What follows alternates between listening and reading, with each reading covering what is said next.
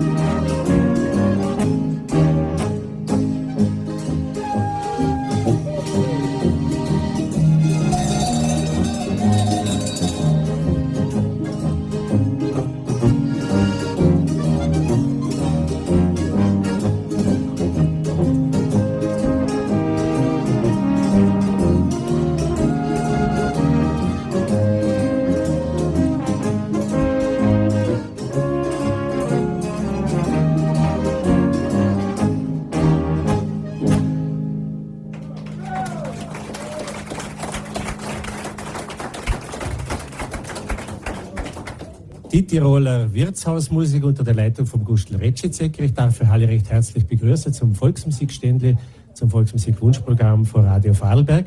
Nach dem Motto, Sie wünschen, wir spielen, würden wir heute dieses Volksmusikständle abwickeln. Da haben wir auf 2040 Meter im Berggasthof Pitzbuin auf der Biller Höhe. Jetzt darf ich die Lidwina Boso bitten um einen Mundartbeitrag. Wie heißt das erste Stückchen, was du uns erzählst? Einmal schlage ich zu. Oha.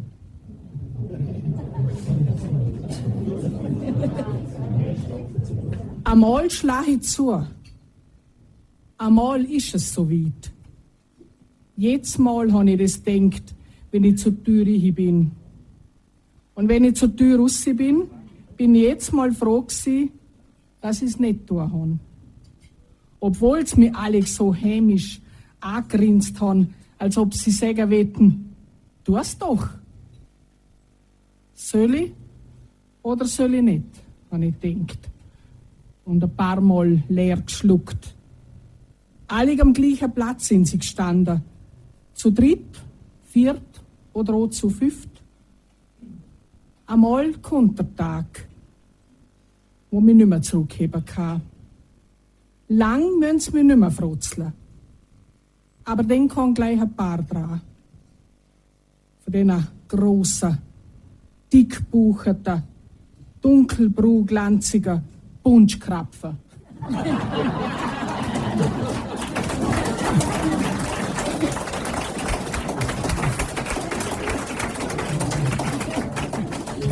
Gustl Waldvogel kommt aus Schaffhausen.